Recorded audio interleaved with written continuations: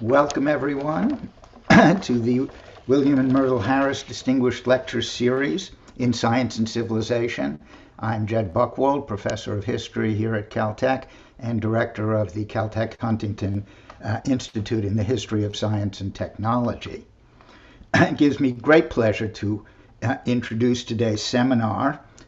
For those of you who haven't attended one before, the Harris Distinguished Series began in 1996 with very generous support from the Harris family, and their interest and contributions to our activities have enabled us to bring distinguished scientists, historians, philosophers, and other analysts of science to lecture here on issues on science in relationship to society.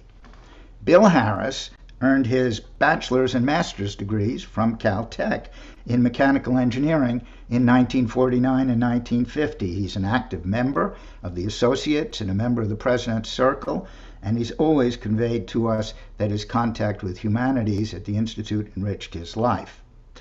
We've held a fair number of series over the years, including Einstein's Centennial Distinguished Lecture Series in 2005 and again in 2015, and jointly with various divisions at Caltech, including the Beckman Institute, Biology, Engineering and Applied Science, Physics, Mathematics, and Astronomy, and with the Huntington as well. Well, let me introduce our speaker.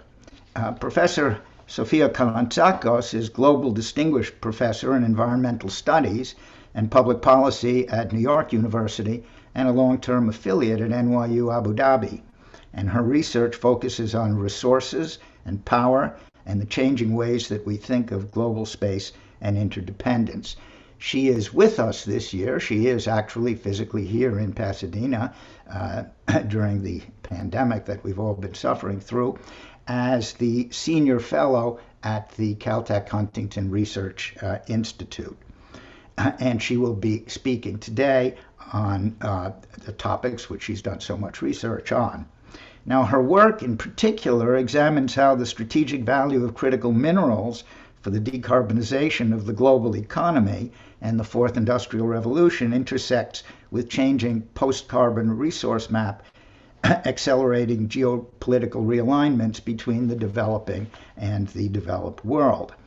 Her research, most recently, unpacks implications of the push toward the unification of Eurasia and Africa as a result of both the climate emergency and China's global aspirations, as illustrated through its Belt and Road Initiative.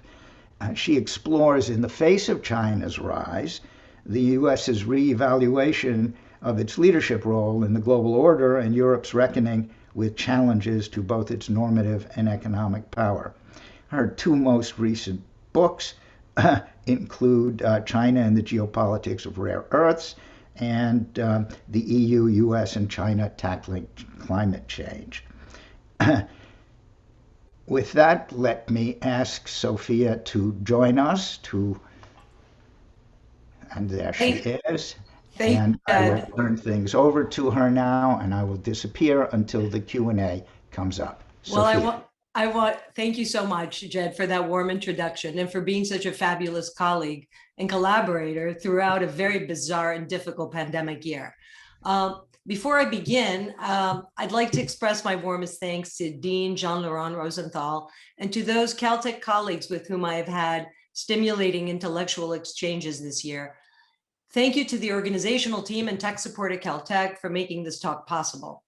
To the Harris family, I express my gratitude for your support of these kinds of discussions that help bring academic research to a wider audience. Now, I could not imagine better timing for giving this talk, which I might add is a precursor for the subsequent conference we're organizing at Caltech in the Huntington in July of this year. We've invited leading scholars, representatives from industry, major institutions, and the financial world to partake in an institute meant to spearhead robust discussions between key stakeholders that are often speaking and operating in silos. So do stay tuned for that. Now, why do I think the timing is so fortuitous to talk about critical minerals? Because two seismic economic and technological shifts are taking place in a climate of extremely fraught geopolitics. First, the decarbonization of the global economy is no longer in question. The worsening climate crisis has solidified the political will to accelerate the pace of the transition. Moreover, rapidly declining production costs for clean technologies, such as renewables and the electrification of transport, now make business sense.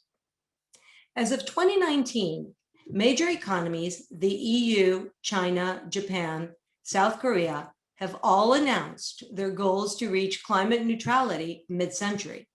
Even the United States has now joined the Paris Accord and laid out its plans for net zero emissions economy-wide by no later than 2050. Second, the pandemic became a game changer. It pushed many sectors of the economy to go virtual, just like we are today. Millions of people have been working from home. Students Zoomed into class. Shopping has been done electronically. We even met many of our doctors online. We use Zelle and Venmo for just about everything. The overall response necessitated the deployment of artificial intelligence and 5G networks, and thus ushered in the fourth industrial revolution earlier than was initially anticipated. In his first press conference a few weeks ago, Joe Biden openly acknowledged this fact when he said, "We're in the midst of the fourth industrial revolution, and it is of enormous consequence." Well, how so, you might ask? Well, the deployment of 5G, for instance, will expand mobile networks to support a diversity of both services and devices, thereby redefining a number of industries, such as retail, education, transportation, and entertainment. AI, moreover, is being rapidly developed with a promise to accelerate innovation, efficiency, and sustainability in businesses and organizations. Both these technology-driven undertakings form the backbone of the next industrial revolution, and their complex systems are voracious consumers of critical minerals. Unfortunately, though importantly, both of these monumental shifts, decarbonization and digitalization, are happening in an atmosphere of geopolitical upheaval. China's rise, its growing global impact, increased assertiveness, and more heavy-handed autocratic policies under Xi Jinping have triggered an increasingly aggressive response by the United States that has framed power realignments in terms of bipolar Sino-American competition. Moreover, China's Global Belt and Road Initiative that unites Eurasia and Africa and loops in South America forms a novel network of land, maritime, and digital connectivity. China is thus reimagining the map and creating new spheres of influence. China has framed its Belt and Road Initiative as a win-win, inclusive, one-stop shop alternative for development of the global South, thereby wresting away from traditional actors, influence, and sway. Alarmingly, in a spillover effect, the geopolitics of contention have polarized the transition to a decarbonized global economy and have made digitalization a battleground over who will control the tech imperium. As a result, these transitions are no longer confined to normal parameters of trade competition. They constitute an open and heated rivalry over influence, economic power, supply chains, information, norms, values, and governance. This constitutes a dangerous development because the rhetoric of division, autocracy versus democracy, is eclipsing the existential challenge for the global commons, which is to produce an international coordinated response and blueprint to offset the worst impacts of the climate crisis and the disruption of the Earth's systems. Now, uninterrupted access to critical minerals that include rare earths, but also lithium and cobalt, are a sine qua non for both the decarbonization and digitalization of the global economy. But as a result of contentious and hyper-competitive geopolitics, a new race to control both the resources themselves and their extensive globalized supply chains is underway. What does that mean? It means that resource supply chains all across the globe need to remain uninterrupted for us to enjoy and create these applications. Critical minerals are all highly geographically concentrated, as I will explain a little bit later on, and vulnerable to disruption. Moreover, the amounts needed will skyrocket moving forward. According to a 2020 World Bank report, the production of lithium and cobalt may increase by 500% by 2050 to meet clean energy demand alone. The numbers speak for themselves. We will be further increasing the use of renewables in the global energy mix to break off our dependence on fossil fuels and power our economies. The share of renewables in global electricity generation, for instance, jumped to nearly 28% in Q1 of 2020 from 26% in Q1 of 2019. Coal and gas still represented 60% of global electricity supply, according to the International Energy Agency. In terms of transportation, the electrification of vehicles will help significantly reduce CO2 emissions. Transport has been responsible for over 20% of global emissions this last decade. And while today EV market penetration globally is about 4.2%, I'm sure you've seen the announcements of major global car manufacturers who are moving rapidly into EV production. 2020 was in fact a big year for global plug-in vehicle sales, which reached 3.2 million. Lithium and cobalt are indispensable inputs for the electrification of transport. Demand for lithium has tripled between 2015 and 2018 in order to keep up with the production of lithium-ion batteries used in hybrid and electric vehicles, but also in electric tools, grid storage applications, and portable electronic devices. By the same token, cobalt is a key ingredient in batteries, smartphones, laptops, and electric cars. 60% of the world's mine production originates from the Democratic Republic of Congo, one of the poorest countries of Africa, that also boasts by far the largest reserves in the world, estimated at 3 times that of Australia. One would think, given how globalized our economies have gotten, that the market will take care of supply when there's growing demand. Prices will fluctuate, new mines may open, industry will find substitutes, and perhaps recycling could help respond to shortages. These are reasonable responses to supply and demand dynamics. That is, if we weren't also faced with renationalizing narratives that seek to break ties of interdependence, and if geopolitics hadn't led to the overuse of economic statecraft to settle a wide range of disputes.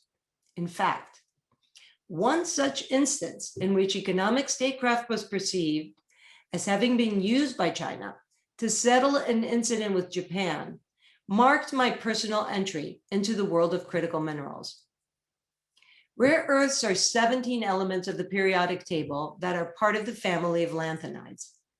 Rare earths are costly to mine and often toxic to separate if environmental regulations are not stringent, but they're absolutely essential ingredients in lighting, magnets, glass, electronics, defense systems, wind turbines, and a slew of other technologies. Yet for all their importance, rare earths were virtually unknown. They became notorious overnight, however, after a trawler incident in 2010 involving a Chinese vessel and a Japanese Coast Guard quickly turned into a geopolitical bras de fer, provoking an unofficial and short-lived embargo of rare earths to Japan. It was a wake-up call for major industrial actors that for the first time recognized an important vulnerability that could be exploited if China decided to flex its muscles. Why, you might ask? Weren't there other producers out there? Now, the answer is a bit complicated, but suffice it to say that in 2010, China controlled 97% of worldwide production. Just think that the Great American Rare Earths Mine in Mountain Pass here in California, which had been a leading producer of rare earths, had closed in 2002 and began a slow and tentative process of resurrection only in 2008. More importantly, the PRC also controlled the highly specialized metallurgy, as well as the entire supply chain from mine to market for many crucial applications. In 2019, it remained in control of 85 to 93% of production, not a major dent, all things considered. Mountain Pass, under Molycorp, had in the meantime gone bankrupt by 2014, and Lynas, the biggest mine in Australia, was salvaged at the last minute by Japanese investment. Even today, China continues to dominate rare earth production, holding at around 80 to 85%. They also consume about 2/3 of global rare earth output. Molycorp restructured and went public again in November of 2020 as MP Materials, riding the wave of growing US insecurity over access to rare earths, attracting both investment and DoD contracts in response to calls for diversification. Still, its feed is currently shipped to China for processing in facilities of one of its key investors, Chinese Shenhe Resources. They aren't alone. China is also the default destination for junior rare earth miners' output of raw materials and intermediate products. In terms of key supply chains, China's market share in neodymium iron-boron magnets, for instance, is close to 90%. Now, admittedly, I was intrigued. How could developed nations allow a near monopoly of such a strategic resource to be in the hands of a powerful competitor? The 2010 rare earth crisis, in my estimation, provided a salient case study for how resource competition could look in the future. It also spotlighted the fact that most of China's competitors were largely depending on the market to deliver solutions, whereas China had developed its rare earth sector, openly yoking private and public partnerships to meet its goals. Dependency on China for rare earths was never fully tackled because prices normalized quickly enough and quotas limiting exports were abolished after the case was brought to the WTO. Companies returned to China to purchase the rare earths they needed because it made economic sense in the context of the need to maintain their competitive share prices and protect their bottom line. Mining for rare earths elsewhere and rebuilding global supply chains was in the end too cumbersome, too expensive, and necessitated long lead times. Moreover, governments lost interest because global power relations at that juncture, while increasingly competitive, were not as polemical, nor had persistent impediments to global trade reared their head. But then the trade wars began, and China's rise was now projected as being a major threat to the existing power structure. The world was at the dawn of another major economic transformation, and OECD countries wondered what it would mean if they lost their competitive advantage to China. This sobering realization led the most advanced economies a decade later to again scramble for ways to build up their stocks, find alternative sources of rare earths, and diversify supply chains. Only now, the critical minerals lists have expanded to include, among others, lithium and cobalt. Lithium resources are highly concentrated in South America, in Argentina, Chile, and Bolivia, that form what's known as the lithium triangle, even though it's Australia at present, which is the largest worldwide producer. Chinese companies have pursued mine investments in both South Africa and Australia to ensure that they maintain a dominant position in downstream industries as well as an overall command of the supply chain.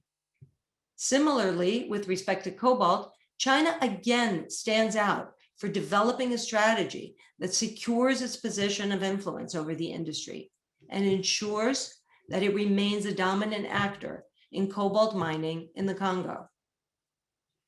China has over decades been actively consolidating its relationships in the developing world and secured a dominant position in the extraction industry. China's competitors that had previously dominated industrial innovation and production are consequently feeling exceedingly vulnerable. Major industrial nations have again updated their critical minerals lists, are attempting to build resilience against possible disruptions, and are seeking to reconstitute supply chains closer to home. In the United States, decarbonization politics turned into urgent calls to de-Sinicize supply chains in order to thwart China's ability to control the critical minerals space. Under Trump, breaking interdependence and supply networks reliant on China was priority number one.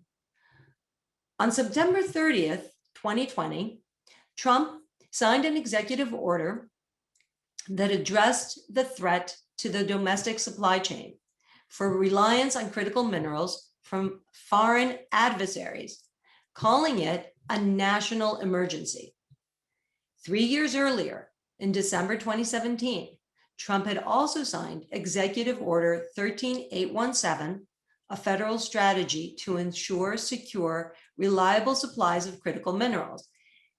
It tasked the federal government with making policy to reduce the nation's vulnerability to disruptions in the supply of critical minerals. The Trump administration announced plans to also collaborate with Australia to finance and develop critical minerals projects in 2019. And the State Department launched the Energy Resource Governance Initiative as a critical materials initiative. Anti-China sentiment continues unabated under the Biden administration, and tensions are on the rise. The first high-level meeting between the U.S. and China that took place in Alaska just this last March of 2021 brought to light the level of ongoing animosity in what was described as an undiplomatic war of words.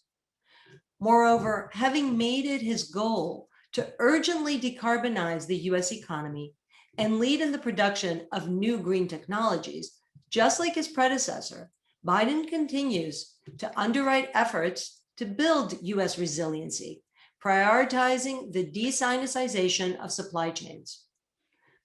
On February 24th of 2021, Biden signed an executive order asking for a report identifying risks in the supply chain for critical minerals and other identified strategic materials, including rare earth elements, as determined by the Secretary of Defense, and policy recommendations to address these risks. In his March press conference, the president did not mince words. He said, "The future lies, and who can in fact own the future as it relates to technology, quantum computing, a whole range of things, including the medical fields. China is out investing us by a long shot because their plan is to own that future," he said. China has an overall goal, and I don't criticize them for the goal, but they have an overall goal to become the leading country in the world, the wealthiest country in the world, and the most powerful country in the world. That's not going to happen on my watch because the United States is going to continue to grow and expand.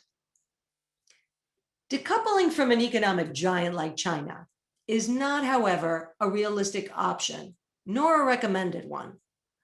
While wary of China's growing economic footprint and more open peddling of Xi Jinping's model of effective governance for the 21st century, Asian countries, many allies of the United States, are resisting the division of the world in two rival camps.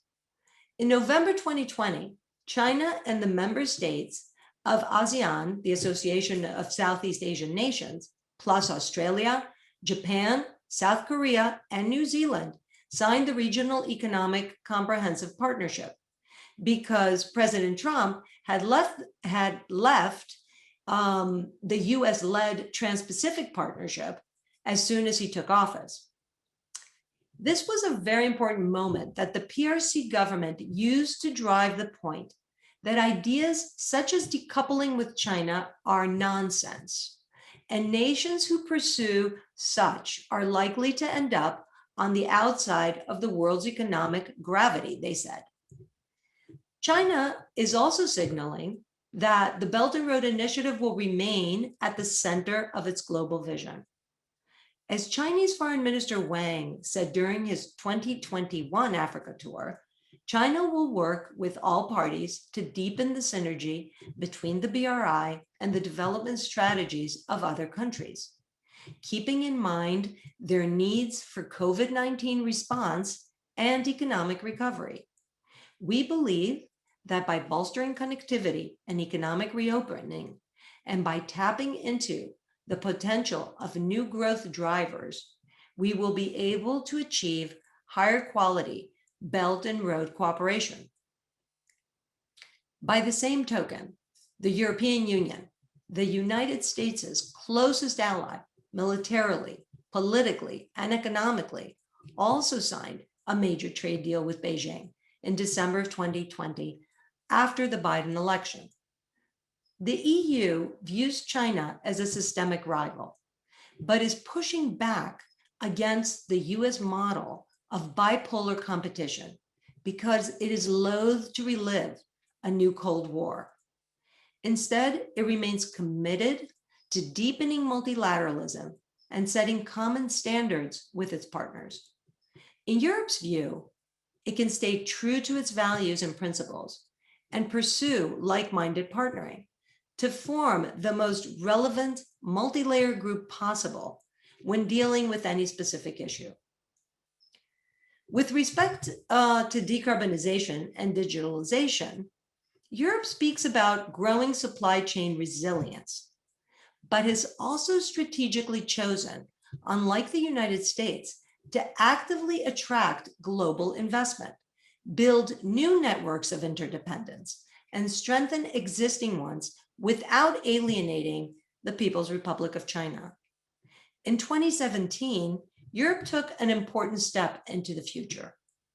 It formed the European Battery Alliance to address the need for efficient batteries that were essential for transport, power, and industrial applications. 400 industrial and innovation actors from mining to recycling have come together under the EBA, the European Battery Alliance, to help build a strong and competitive European battery industry. This initiative demonstrated that it is possible for the European Union to strengthen its position as a producer of applications for the new low-carbon economy without severing networks of interdependence. It is not therefore surprising that Chinese and other Asian companies are already investing in Europe, because the opportunities for collaboration are highly attractive from a business standpoint. The EU has followed a similar logic in launching the European Raw Materials Alliance in the fall of 2020. IRMA, as it's called, which is the largest consortium in the raw materials sector worldwide, is designed to support a multi-sourcing strategy of rare earths, ensure resilient and transparent supply chains, and increase European industrial competitiveness. IRMA's first goal is to focus on the most pressing needs, increasing EU resilience in the rare earth magnet and motor value chain. With respect to the growth of AI, the EU is cognizant of the fact that it may find itself sandwiched between two combating technological giants, the US and China. So as not to be left behind, in 2018, the Union drafted a coordinated action plan on artificial intelligence that supports ethical, secure, and cutting-edge AI made in Europe. Still, whoever possesses the largest and loudest bullhorn gets the message across. In Western media, there are countless stories being published about rare earths and other critical minerals that spread confusion and often distort reality. Most stoke fears that China will cut off the world from critical minerals to demonstrate geopolitical strength. They're calling for a robust plan of action under the specter of impending confrontation. There is shockingly little discussion on how fraught geopolitics undermine multilateral efforts to address the worsening climate crisis, which is threatening the global commons. Moreover, they fail to problematize the socioeconomic impacts of the race for minerals on the developing world and overlook the unprecedented ecosystem degradation on land and sea that frenzied extraction will cause.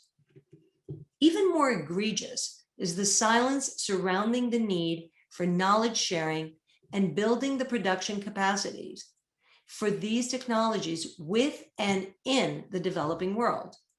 They turn a blind eye to the developed world's promise to create green jobs and bolster their economies in order for them to genuinely leapfrog into the next economic transformation.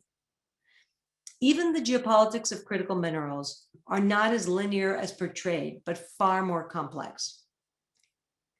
Nuance, however, hasn't proven as effective as the polarizing narrative, which triggers urgent, though often haphazard and ineffective, government responses. They have also systematically ignored China's perspective, which would have been instructive and enlightening. To begin with, the PRC is not hiding its ambitious plans to decarbonize and digitalize its economy and to become a leading producer of new technologies. In the government's view, it's hard to rival strong existing industries. There is more opportunity to become a leader in new technologies that are not yet saturated. Their plan requires a higher supply of rare earths for domestic production. In fact, since 2018, China has become an importer of rare earths, particularly of the more valuable ones, such as praseodymium and neodymium used in magnets. It has also become the leading importer of monazite from Brazil, Madagascar, Thailand, and Vietnam. This is of particular significance because monazite is highly radioactive and up until recently not a preferred source of rare earths, as it required strict storage permits and incurred high costs for handling and transport. It does, however, offer a further indication that the PRC will be looking for higher quantities of rare earths for the production of tech applications. Following the 2010 rare earth crisis, moreover, China sought to consolidate and streamline the industry in order to reduce environmental pollution, but also to curb smuggling of rare earths outside the country. This was a crucial government objective because domestic stability relies on a social contract that values continued economic growth and effective pollution reduction. Perhaps the Chinese government did try to instill a level of insecurity vis-a-vis future access to rare earths in its row with the Trump administration. In 2019, in the midst of the U.S. China trade war, Xi Jinping's visit to a rare earths mining site with his chief U.S. China trade negotiator led to headlines that suggested that the PRC might be ready to weaponize the elements in its disputes with the U.S. Still, China has not pulled the trigger, even while it continues to protect and strengthen its overall strategic position in the rare earth sector. New alarms were again raised in 2021 when China made known its plans to further standardize the management of the rare earth industry and promote its high quality development. In truth, it is the long-term planning and China's ability to produce rare earths at a fraction of the cost compared to the few mines outside the PRC that have made it very difficult to break this advantage.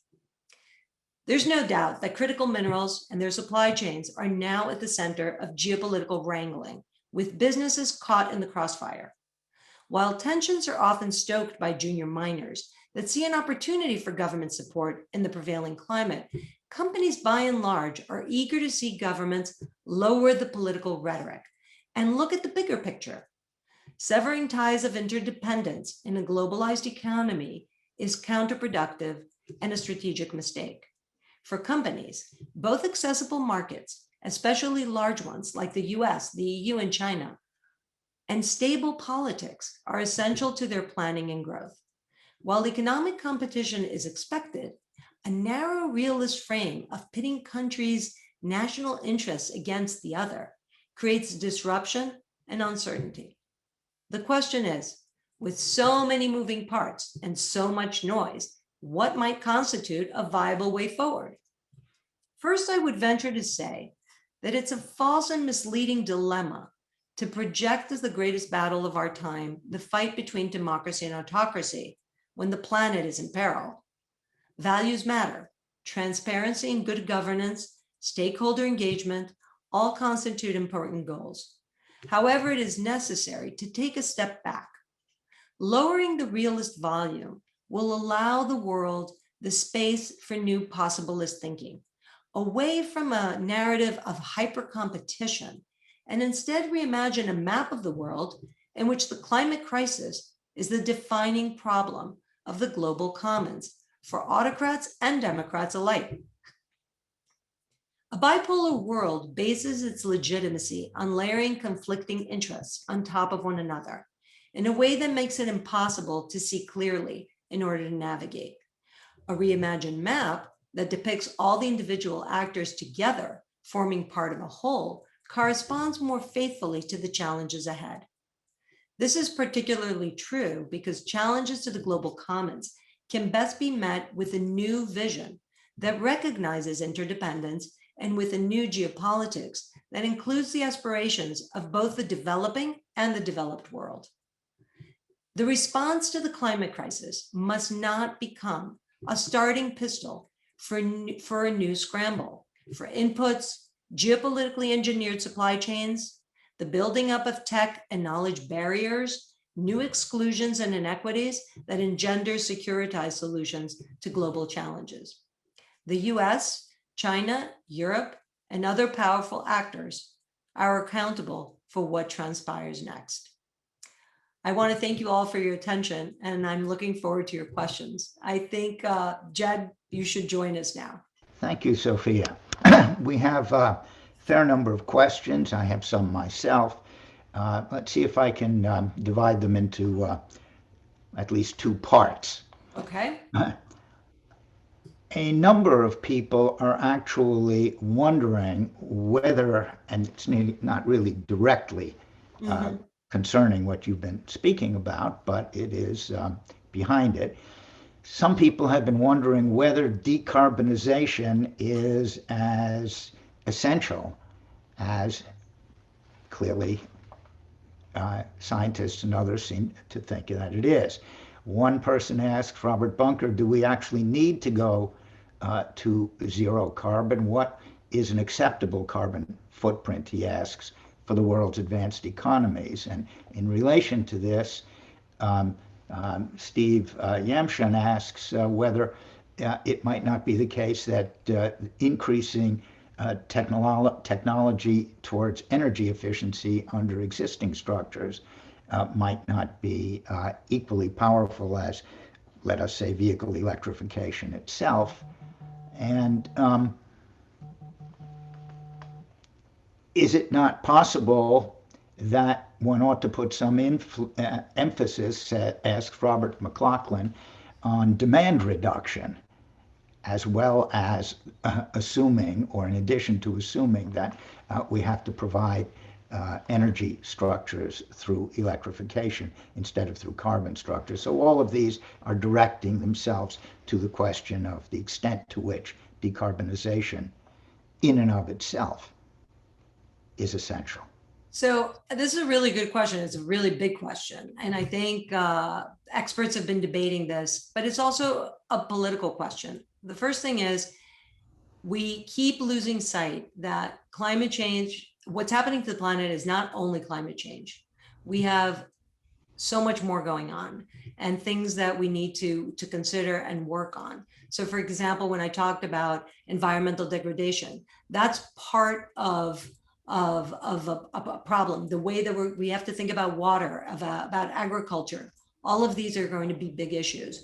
The issue of reducing our footprint, even in the existing, let's say, energy mix, that's a given, that we need to consume less, we need to use less energy. That's all part of the solution.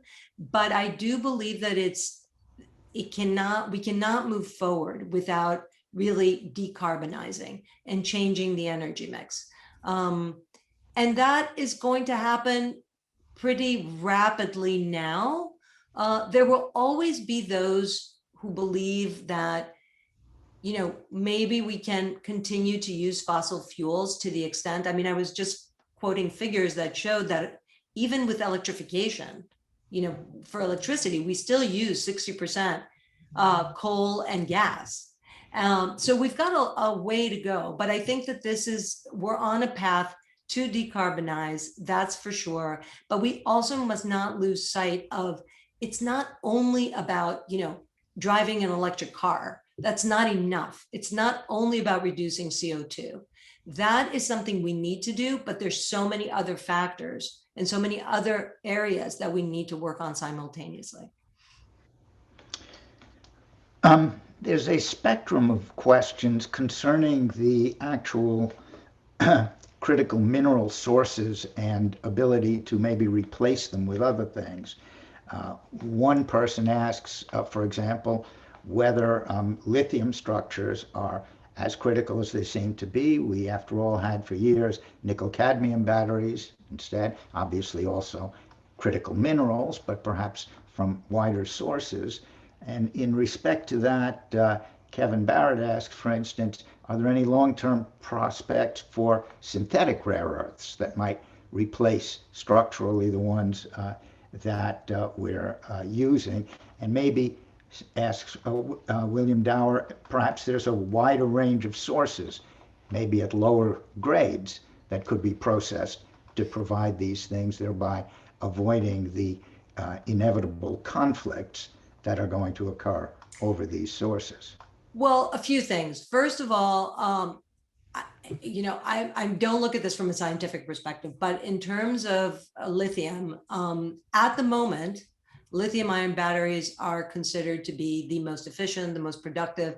The technology may change. This is why we have so many scientists, and industry is working in different directions in order to have cheaper, more efficient, better sourced inputs.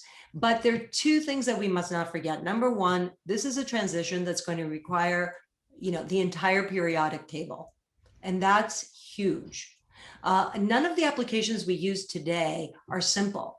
In the past, we used to use 2 or 3, 4, I don't know, elements from the periodic table. Now, as I said, all our applications are voracious consumers of minerals and of the entire periodic table, but these particular elements like rare earths and lithium and cobalt, the transition that we're attempting is so big.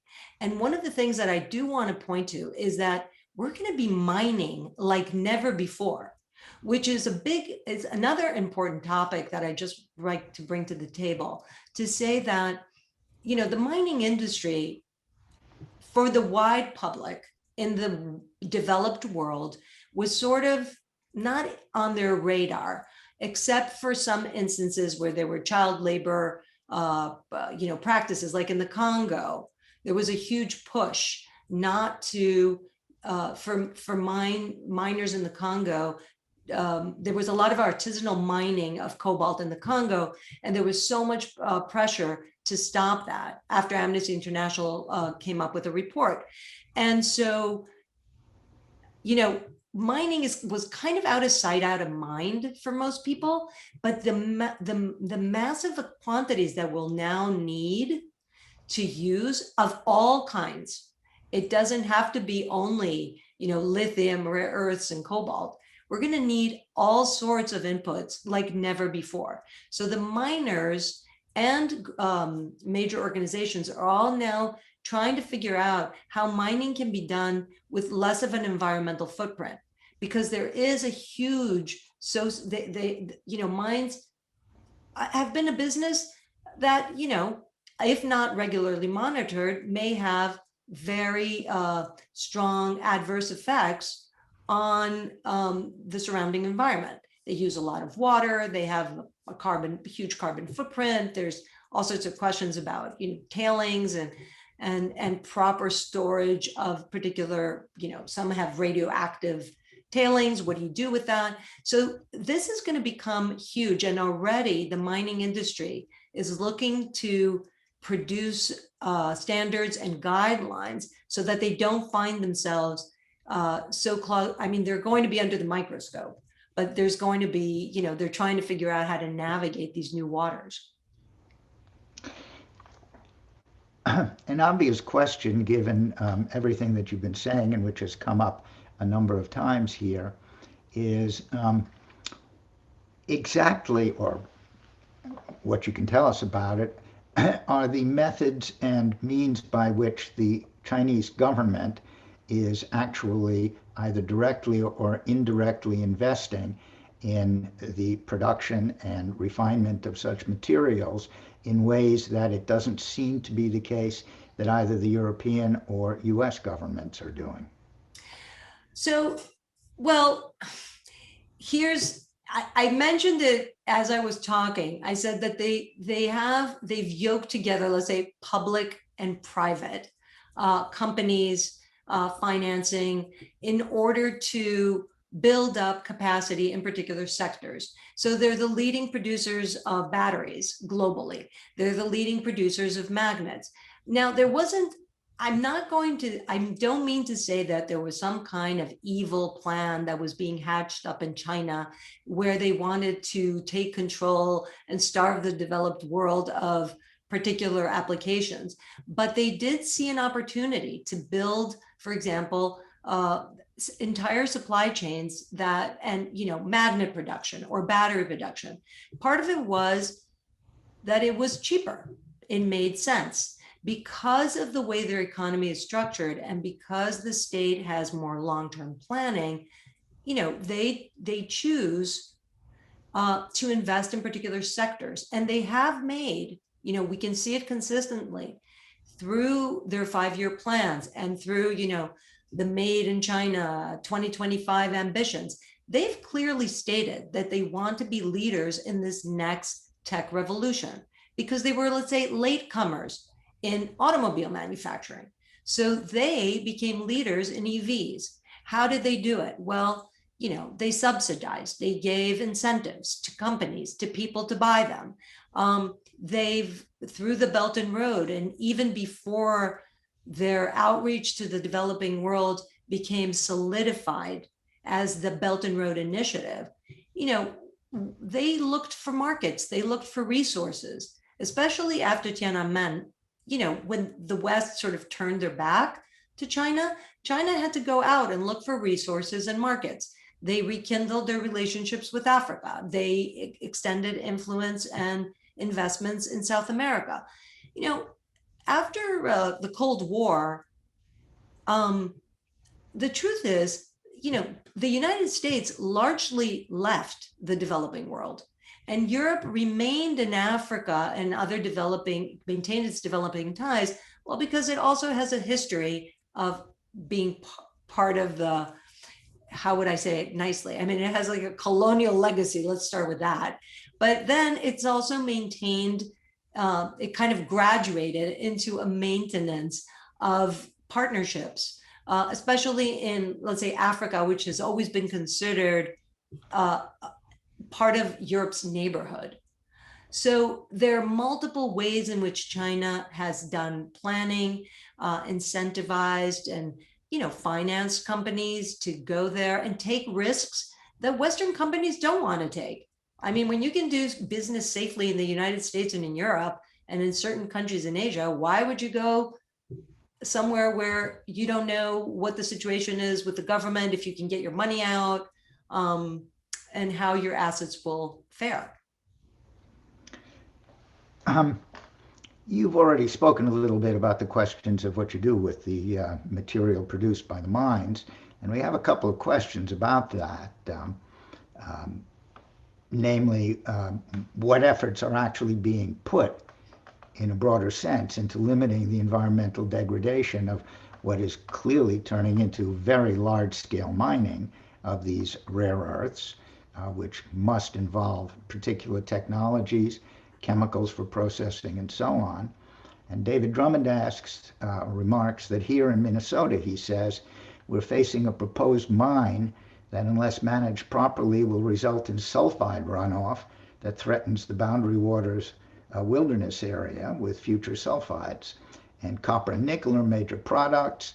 The developers of this mine are playing what he calls the, quote, rare earth metals card to push forward these abilities. So the question is, has any place managed the long-term management of mine sites well enough to protect the surrounding environment?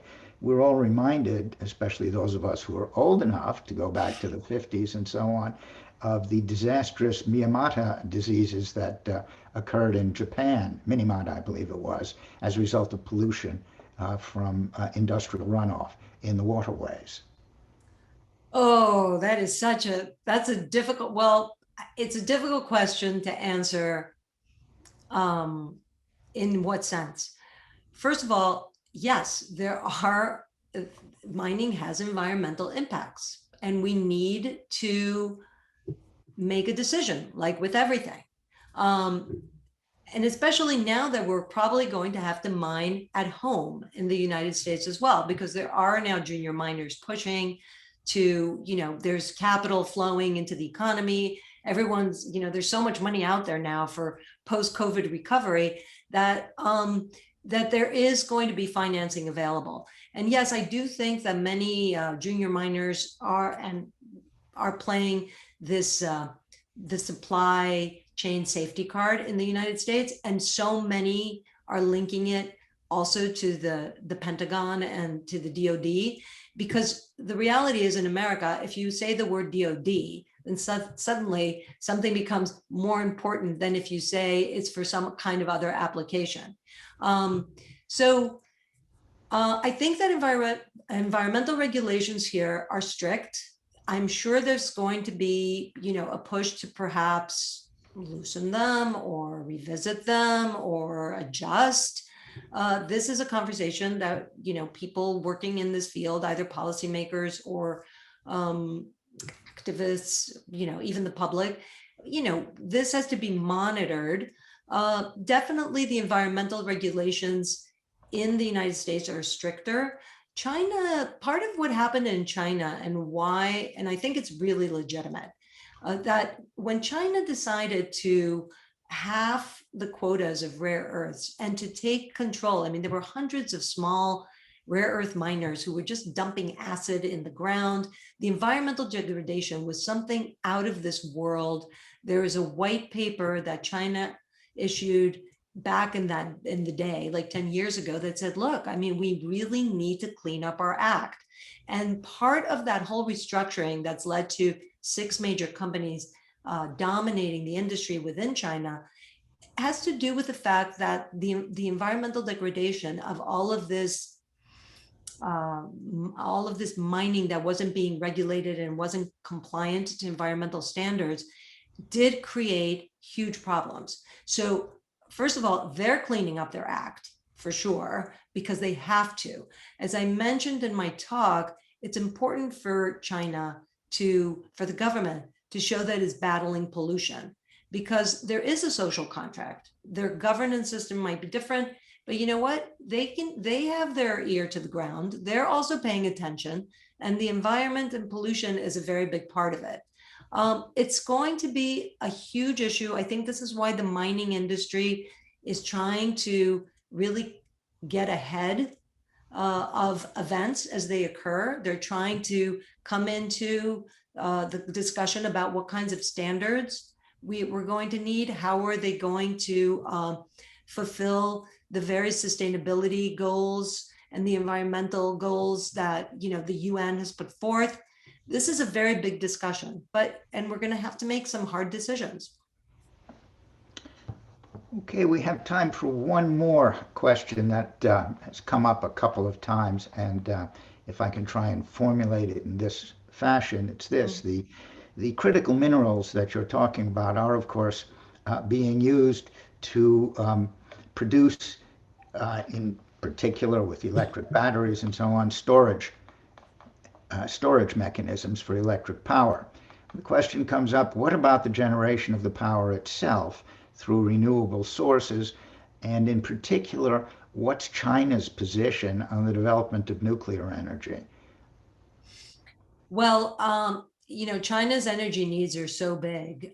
They were very reliant on coal, then they were reliant on oil, very heavily reliant on coal because they also have coal. They've been investing in gas because it's sort of that everybody considers it as the bridge. But they are the number one, wind producers. They have solar and wind sources for their energy production. They've developed, in fact, if it weren't for them, prices would not have dropped so quickly for the productions of these kinds of applications. So I definitely think that China has been really pushing for renewables.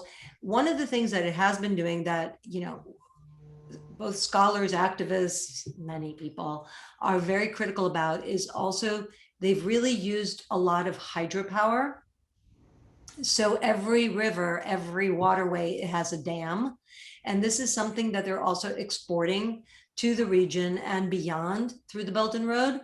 And initially hydropower was also touted as a huge renewable resource, but there's so many other environmental implications with damming all these rivers and the impacts they have on the ecosystems and on the quality of the water for downstream countries, and also water, I don't want to call it theft, but let's say questions about water sharing that come to play. So, China is doing a lot of everything, and nuclear, for sure. They're investing in nuclear as well, because they do, for them, it's a huge economy. They have over 1.2 billion people. They've also pledged by 2060 to be carbon neutral. If they don't do everything, it'll be hard to reach these goals. Well, I want to thank you again, Sophia, for a most interesting talk. We're obviously in a very rapidly changing era in all respects, and let's hope that problems arising from the climate crisis will be increasingly dealt with in a reasonable way. And with that, I will thank you. I want to thank you, Jed, and I again want to thank the Harris family for really underwriting and supporting these kinds of conversations between the Academy and a wider audience. And thank you so much for all of you who've participated and who've tuned into this discussion today. Please make sure you you stay tuned for the conference that we're having, where many different experts from industry, government, and the Academy will be joining together to have these conversations from different particular angles.